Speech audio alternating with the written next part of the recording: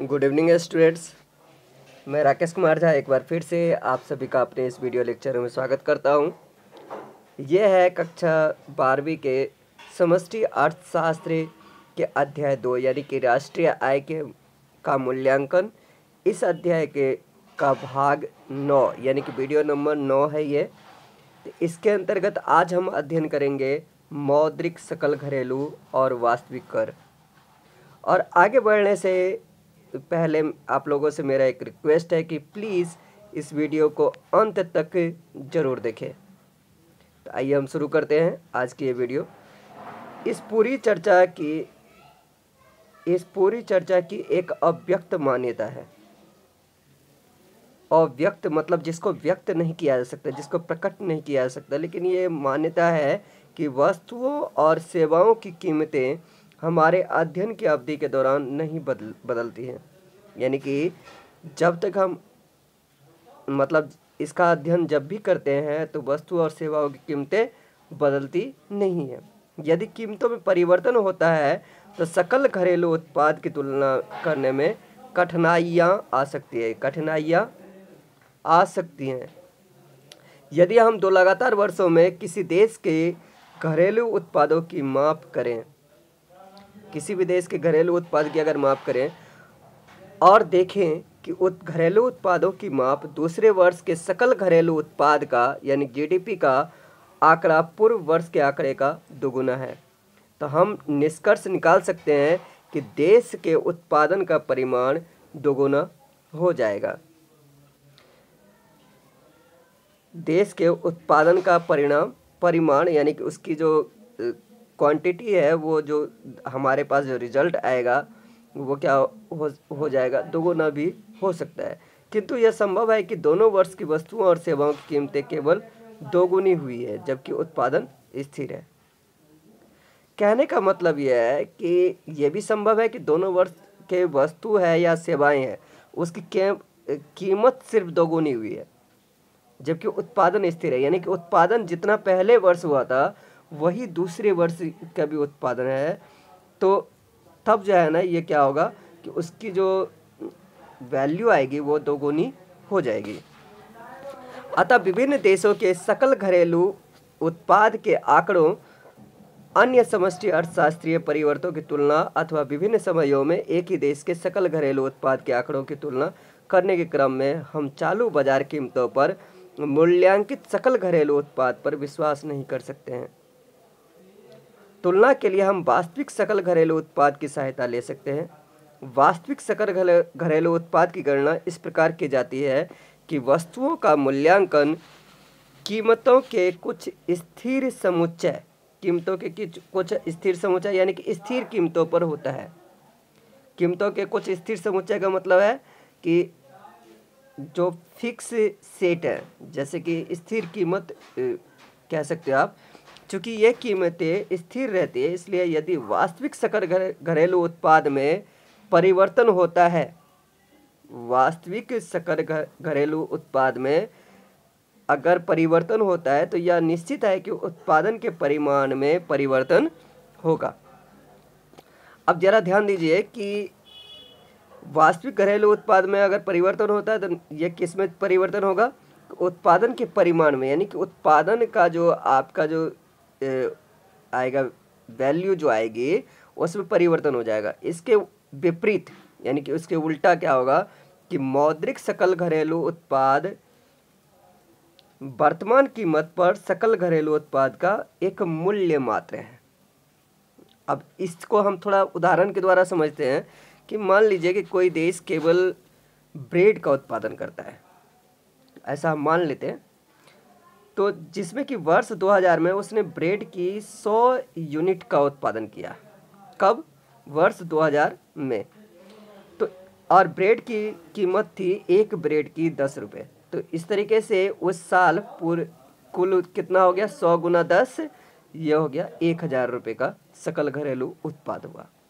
अब वही 2001 में ब्रेड की कीमत हो जाती है अगर 15 रुपये, तो 110 इकाइयों का उत्पादन किया है। तो 2001 में उसने सकल घरेलू उत्पाद कितना अर्जित किया, 1650 रुपये का। तो 2001 में अगर 2000 को आधार वर्ष माने, आधार वर्ष का मतलब यह है कि 15 रुपये प्रति ब्रेड के बजाय 10 रुपये प्रति ब्रेड अगर माने तो क्या हो जाएगा कि 2001 में 2000 में तो 1000 रुपये का उत्पादन हुआ था और 2001 में 110 गुना 100 यानी कि 1100 रुपये होगा। अब यहाँ पे ध्यान देने वाली बात क्या है कि अभी मौद्रिक की जब बात कर रहे थे तो मौद्रिक में कितने 650 रुपये का अंतर आ रहा था। कैसे, देखिए जरा, यहाँ 650 रुपये का अंतर आ रहा था क्योंकि यहाँ पे 1000 रुपये है और यहाँ पे 1650 है। लेकिन अगर 2000 को ही हम आधार माने तो कितने का अंतर आता है, 100 रुपये का अंतर होता है। ध्यान दीजिए कि मौद्रिक सकल घरेलू उत्पाद और वास्तविक सकल घरेलू उत्पाद के अनुपात से हमें ज्ञात होता है कि कीमत में आधार वर्ष किसे कहते हैं, अब ये जान लीजिए कि जिस वर्ष की कीमतों का प्रयोग वास्तविक सकल घरेलू उत्पाद की गणना में की जाती है उसे हम आधार वर्ष कहते हैं। और इस समय आधार वर्ष है 2011-12 की जाती है, यानी कि उसे आधार वर्ष कहते हैं। तो अब इस लाइन को समझते हैं, क्या है कि मौद्रिक सकल घरेलू उत्पाद और वास्तविक सकल घरेलू उत्पाद के अनुपात से हमें ज्ञात होता है कि कीमत में आधार वर्ष की तुलना में चालू वर्ष में किस प्रकार वृद्धि हुई, यानी किस तरीके से उसमें परिवर्तन आया, किस तरीके से वो बढ़ा। इससे हमें पता चलता है, किससे, कि मौद्रिक सकल घरेलू उत्पाद और वास्तविक सकल घरेलू उत्पाद के अनुपात जब आप ज्ञात करते हो तो इससे भी यह पता चलता है कि आधार वर्ष की तुलना में चालू वर्ष में किस तरीके से वृद्धि हुई। चालू वर्ष के वास्तविक और मौद्रिक सकल घरेलू उत्पाद की गणना उत्पादन का परिमाण स्थिर रहता है, अतः इन मापों में अंतर केवल आधार वर्ष और चालू वर्ष की कीमत में अंतर के कारण ही होता है। मौद्रिक और वास्तविक सकल घरेलू उत्पादों का अनुपात सुपरिचित कीमत सूचकांक होता है। सुपरिचित मतलब जिसको अच्छी तरीके से हम जानते हैं, यानी कि कहने का मतलब है कि मौद्रिक और वास्तविक सकल घरेलू दोनों का अगर अनुपात निकालेंगे, यानी कि मौद्रिक सकल घरेलू उत्पाद और वास्तविक सकल घरेलू उत्पाद का जब अनुपात निकालते हैं उसी को हम कहते हैं कीमत सूचकांक। और इसे ही हम क्या कहते हैं, सकल घरेलू उत्पाद अविस्फीतिक कहते हैं। अतः सकल घरेलू उत्पाद से मौद्रिक सकल घरेलू उत्पाद अगर कहते हैं तो इसका क्या मतलब होता है कि मौद्रिक सकल घरेलू उत्पाद यानी कि कैपिटल जी, कैपिटल डी और पी। लेकिन यदि आप कहते हैं वास्तविक सकल घरेलू उत्पाद तो इसका मतलब है स्मॉल जी, स्मॉल डी और पी। इस तरीके से उत्पाद अविस्फीतिक क्या हो जाता है, जीडीपी बटे में जीडीपी, यानी कि कैपिटल जी, कैपिटल डी और कैपिटल बटे में स्मॉल जी, स्मॉल डी और पी। कभी कभी अविस्फीतिक को प्रतिशत के पदों में प्रदर्शित किया जाता है। इस स्थिति में अविस्फीतिक बराबर होता है GDP capital G, capital D और कैपिटल पी, यानी कि तीनों ये कैपिटल होता है, अब बटे में जी, स्मॉल जी, डी, पी और गुना में 100। जैसे कि अब अगर अभी जो हमने देखा कि ब्रेड वाले उदाहरण में, तो 2001 में 15 रुपये के हिसाब से कितना हो रहा था, तो ये हो रहा था 1600। अगर 2000 को आधार वर्ष मान के करते हैं तो कितना होगा, 1100। तो 1600 बटे में 1100 करेंगे तो कितना हो जाएगा, 1.50। इसका मतलब है कि अगर प्रतिशत में इसको अगर व्यक्त करेंगे तो 100 से गुना करना पड़ेगा, तो इसका मतलब हुआ 150% की इसमें वृद्धि होती है। कब, कि जब 2001 में उत्पादित ब्रेड की कीमत 2001 की कीमत की तुलना में 1.5 गुना थी, जो सत्य है क्योंकि ब्रेड की कीमत वास्तव में 10 रुपये से बढ़कर 15 रुपये हो गई थी, यानी कि 1.5 गुने की वृद्धि हुई थी। सकल घरेलू उत्पाद अविस्फीतिक की तरह हमारे पास सकल घरेलू राष्ट्रीय उत्पाद अविस्फीतिक भी हो सकता है। अर्थव्यवस्था में कीमतों में परिवर्तन की माप करने की दूसरी विधि है। कीमतों में परिवर्तन को माप करने की तो एक तो यह है कि उत्पाद अभिस्फीतिक निकालते हैं, और दूसरी विधि भी है जिसको कहते हैं उपभोक्ता कीमत सूचकांक। यह उत्पादों की दी हुई टोकरी जिनका क्रय प्रतिनिधि उपभोक्ता करते हैं का कीमत सूचकांक है। उपभोक्ता कीमत सूचकांक को प्रायः प्रतिशत के रूप में व्यक्त किया जाता है। हम 2 वर्षों पर विचार करते हैं, एक आधार वर्ष होता है तथा दूसरा चालू वर्ष होता है। यानी देखिए 2 तरीके का वर्ष होता है, एक होता है आपका बेस ईयर और दूसरा है करंट ईयर। तो आधार वर्ष जो है ना ये फिक्स होता है, उसी के अकॉर्डिंग हम उसकी गणना करते हैं। जैसे कि अभी हमने देखा 2000 और 2001 में, तो 2000 को आधार वर्ष अगर मानते हैं तो उस पर क्या होता है, कुछ और कैलकुलेशन आता है, लेकिन चालू वर्ष पे अलग कैलकुलेशन आता है। तो हम आधार वर्ष में वस्तुओं की दी हुई टोकरी के क्रय की लागत की गणना करते हैं। फिर हम परवर्ती को पूर्ववर्ती के प्रतिशत के रूप में व्यक्त करते हैं। परवर्ती मतलब बाद के सालों को, और पूर्ववर्ती मतलब पहले के सालों के को। जैसे कि बाद में, जैसे 2001 में 1650 था और 2000 के आधार पर 1100 था। तो इस तरीके से 1100 और गुना में 100, इस तरीके से करते हैं। इससे हमें आधार वर्ष से संबंधित चालू वर्ष का उपभोक्ता कीमत सूचकांक प्राप्त होता है। चालू वर्ष यानी कि आधार वर्ष और चालू वर्ष का जो नाम है उपभोक्ता कीमत सूचकांक प्राप्त होता है, CPI प्राप्त होता है। जैसे उदाहरण के लिए मान लेते हैं कि एक अर्थव्यवस्था में 2 वस्तु चावल और वस्त्र का उत्पादन होता है। मतलब सिर्फ और सिर्फ पूरे इकोनॉमी में सिर्फ 2 ही चीज़ का उत्पादन होता है, ऐसा हम मान लेते हैं, चावल और वस्त्र। कोई भी जो है ना एक रिप्रेजेंटेटिव कंज्यूमर है जो एक वर्ष में 90 किलोग्राम चावल और सिर्फ 5 टुकड़े यानी वस्त्र का क्रय करता है, यानी खरीदता है। मान लेते हैं कि वर्ष 2000 में 1 किलोग्राम चावल की कीमत 10 रुपये थी और वस्त्र के एक टुकड़े की कीमत 100 रुपये थी। तो इस तरीके से 90 गुना 10 यानी कि 900 रुपये का उसने क्या किया, चावल खरीदता है, और 5 टुकड़े कपड़े का खरीदा तो यानी कि 500 रुपये का चावल खरीदता है।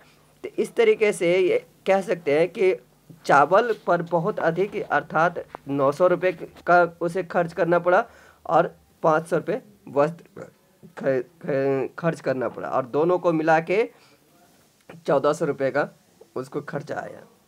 अब इसमें मान लेते हैं कि क्या होता है कि 2005 में चावल की कीमत 15 रुपये हो जाती है और कपड़े की कीमत 120 रुपये हो जाती है। चावल और वस्त्र की उसी मात्रा यानी कि 90 किलो और 5 टुकड़े, तो इसका क्या हो जाएगा, तो 90 किलो चावल की कीमत हो जाएगी 1350 रुपये और 5 टुकड़े वस्त्र की कीमत हो जाएगी 120 के हिसाब से 600 रुपये। तो इस तरीके से 1950 रुपये हो जाएगी। अब इसका योग कितना 1950 हो जाएगा। अतः उपभोक्ता कीमत सूचकांक क्या हो जाएगा। अब देखिए 2005 ये हुआ आपका करंट ईयर, और इससे पहले का ईयर कौन सा है, 2000 है, ठीक ये हो गया। तो यानी कि 2005 के ईयर को सबसे ऊपर रखेंगे सूचकांक निकालने के लिए और बेस ईयर को नीचे रखेंगे। तो यानी कि 1950 बटे में 1400 गुना 100, तो यानी कि इसका हुआ 139.29 लगभग। यह ध्यान देने योग्य बात है कि अनेक वस्तुओं की कीमतें 2 समुच्चयों में होती है, यानी कि 2 सेट्स में होती है। एक होता है खुदरा कीमत होती है जो कि उपभोक्ता वास्तव में पे करता है, और दूसरी कीमत होती है थोक कीमत, जो कि बहुत बड़ी मात्रा में वस्तुओं का व्यापार जो होता है वो थोक कीमतों पर होता है। इन दोनों के मूल्यों में अंतर हो सकता है क्योंकि उपांत व्यापारियों के पास रहता है। उपांत मतलब जो कि अंतिम जन अधिकार रेट बढ़ाने का किसके पास होता है, व्यापारियों के पास होता है। बहुमात्रा में या बहुत बड़ी मात्रा में व्यापार की जाने वाली वस्तुओं जैसे कच्चा माल अथवा अर्धनिर्मित वस्तुएं का क्रय साधन उपभोक्ता नहीं करता है। क्रय साधारण उपभोक्ता नहीं करते हैं। यानी कि हो सकता है कि बहुत बड़ी मात्रा में व्यापार की जाने वाली वस्तुएं जो होती है, हर एक व्यक्ति की अपनी अपनी डिमांड है, अपनी अपनी ज़रूरत है, तो उस तरीके से वो क्या करता है कि उतनी ही चीज़ें खरीदेगा, तो वो बहुत बड़ी मात्रा तो खरीद नहीं लेगा। तो उपभोक्ता कीमत सूचकांक के समान थोक कीमत सूचकांक को क्या कहते हैं हम? थोक कीमत सूचकांक कहते हैं, WPI, wholesale price index. USA में जैसे देशों में इसे उत्पादक कीमत सूचकांक कहते हैं, यानी कि प्रोड्यूसर प्राइस इंडेक्स कहते हैं। ध्यान रहे कि उपभोक्ता कीमत सूचकांक थोक कीमत सूचकांक के सादृश्य यानी कि उसके अनुपात में सकल घरेलू उत्पाद अपस्फीतिक से अंतर हो सकता है। ये हो सकता है कि यह थोक कीमत सूचकांक अलग हो और उपभोक्ता कीमत सूचकांक अलग हो। अब इसका क्या कारण है, क्यों हो सकता है? तो क्योंकि उपभोक्ता जिन वस्तुओं का क्रय करते हैं उनसे देश में उत्पादित सभी वस्तुओं का प्रतिनिधित्व नहीं होता है। अब हमने जो मान के चलो कि उदाहरण के लिए हमने कोई पर्टिकुलर चीज़ खरीदी, तो वो जो है ना सभी के वही चीज़ खरीदेगा, इसकी कोई गारंटी है क्या? बिल्कुल नहीं हो सकती। तो सकल घरेलू उत्पाद अपस्फीतिक में सभी ऐसी वस्तुएं और सेवाएं हैं। अब जैसे कि उदाहरण के लिए अब देखो, अभी आप लोग बिल्कुल ही हो सकते हो कि अभी जैसे कि वैलेंटाइन डे आने वाला है, तो वैलेंटाइन डे वाले दिन अगर कोई लड़का जैन गुलाब खरीदता है, तो ये ज़रूरी थोड़ी है कि सभी लड़के गुलाब ही खरीदेंगे या गिफ्ट ही खरीदेंगे। अलग अलग चीज़ भी खरीद सकते हैं। अब वो भी नेचुरल गुलाब ही खरीदे, इसकी क्या गारंटी है? कोई तोड़ भी सकता है किसी के आसपास हो तो। उपभोक्ता कीमत सूचकांक में प्रतिनिधि उपभोक्ता द्वारा उपभोग की गई वस्तु की कीमतें शामिल हैं, अतः इनमें आयातित वस्तुओं की कीमतें शामिल होती हैं। कहने का मतलब क्या है? उपभोक्ता कीमत सूचकांक में प्रतिनिधि उपभोक्ता यानी कि रिप्रेजेंटेटिव उपभोक्ता के द्वारा जो भी वस्तु की कीमतें होती है वो सभी शामिल होते हैं, चाहे वो बाहर से आई हुई वस्तुएं हो या घर के अंदर की वस्तुएं हो। सकल घरेलू उत्पाद अपस्फीतिक में आयातित वस्तु की कीमतें शामिल नहीं होती है। सकल घरेलू उत्पाद जब आप निकालते हो, मतलब अपस्फीतिक निकालते हो, तो उसमें क्या करते हो आप कि जो बाहर से आई हुई चीज़ें हैं उसकी कीमत शामिल नहीं करते हो। आप ध्यान देना है कि उपभोक्ता कीमत सूचकांक में आप कोई भी हो तो उसकी कीमत को शामिल करते हो, चाहे वो आयातित है या घरेलू चीज़ें हैं। लेकिन सकल घरेलू उत्पाद अपस्फीतिक जब निकालते हो तो उसमें आयातित वस्तुओं की कीमतें शामिल नहीं करते हो। ध्यान रखना है इस बात को। उपभोक्ता कीमत सूचकांक में भार क्या रहता है? नियत रहता है, यानी कि फिक्स रहता है। लेकिन सकल घरेलू उत्पाद अपस्फीतिक में प्रत्येक वस्तु के उत्पादन स्तर के अनुसार इनमें अंतर होता है। तो ये तो थी कुछ बातें, और अगली वीडियो में हम जानेंगे सकल घरेलू उत्पाद और कल्याण, यानी कि भाग 10 होगा इस अध्याय का। और इसी के साथ साथ हम जो है ना उसी वीडियो में यानी कि अगले वीडियो में हम सारांश भी देखेंगे, यानी पूरे चैप्टर का सारांश देखेंगे। तो अभी के लिए फ़िलहाल इतना ही, मिलते हैं अगले भाग में। तब तक के लिए शुक्रिया। पूरी वीडियो देखने के लिए आपका बहुत बहुत धन्यवाद।